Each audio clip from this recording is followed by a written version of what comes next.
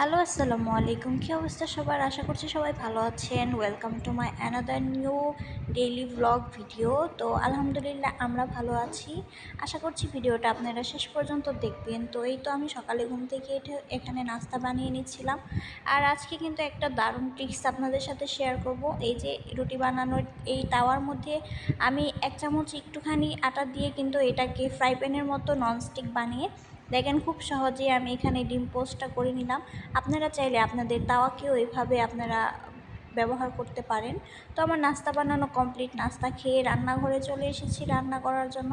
তো এখানে যে ভাত বসিয়ে দিয়েছে আর বাইরে দেখেন কি পরিমাণের রোদ। রান্নাঘরে ঢুকলে মনে হয় কতক্ষণে রান্নাঘর থেকে বের হব।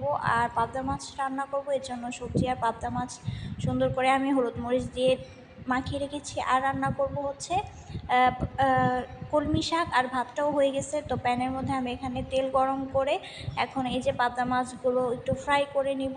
সবজি দিয়ে যেহেতু রান্না করব তাই হালকা করে একটু ভেজে নিব। তো আমার পাবদা মাছ এখানে কিন্তু ভাজা কমপ্লিট।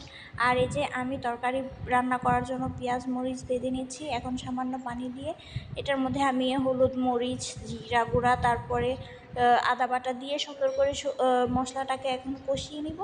তারপরে যে সবজিগুলো কেটে রেখেছিলাম সবজিটা সুন্দর করে দিয়ে মশলার সাথে মিক্স করে তারপরে সবজিটাকে আমি একটু কষিয়ে নিব। আর সবজি কষাতে যেহেতু একটু সময় লাগবে, এই ফাঁকে চলেন ঘরবাড়ি সব পরিষ্কার করে ফেলি। এই যে প্রচুর পরিমাণে ধুলাবালি হয়ে যায়, তো খাটটা ফার্স্টে আমি ক্লিন করে নিলাম। এখন আলমারিটাও ক্লিন করে নেব। আলমারিতেও অনেক ময়লা হয়ে গেছে।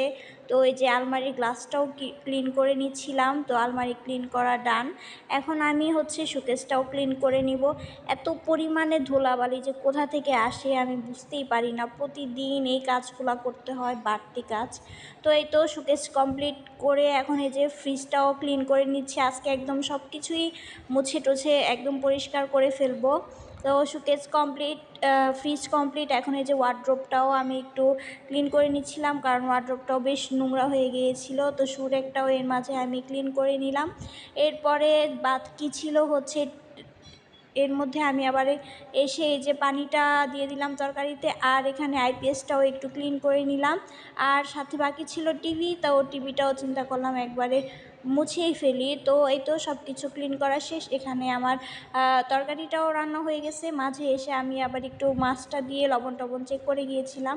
তো তরকারি নামিয়ে এখন আমি এই যে পাবদা মাছ রান্না শেষ করে এখন হলো কলমি শাকটা বাগার দিয়ে নিব। এর জন্য এখানে আমি শুকনো মরিচ আর এই যে রসুন ভেজে নিচ্ছিলাম। এরপরে এখন আমি আমার পরিমাণ মতো এখানে শাকটা দিয়ে দিব। শাকটা দিয়ে একটু ভাজা ভাজা করে জাস্ট নামিয়ে ফেলবো। তো এখানে শাক ভাজি করা কমপ্লিট। আমি রান্নাবান্না শেষ করে কয়েকটা হাঁড়ি পাতিল এই যে জমেছে এগুলো ধুয়ে এখন রেখে দিব। আর রান্নাবান্না শেষ করার পরে কিন্তু রান্নাঘরের অবস্থা একদমই অবস্থা খারাপ হয়ে যায়। তো এখন রান্নাবান্না সব শেষ করে হাঁড়ি পাতিল সব ক্লিন করে এখন রান্নাঘরটাকেও ক্লিন করে নিব। আর এর মাঝে কিন্তু ঘরটাও আমি ঝাড়ু দিয়ে নিয়েছি, সেটা আর আপনাদের সাথে শেয়ার করা হয়নি। তো এখন এই যে রান্নাঘরটা ক্লিন করে নিব। আর আজকের ভিডিওটা এখানেই শেষ করে দিচ্ছি। আপনারা সবাই ভালো থাকবেন।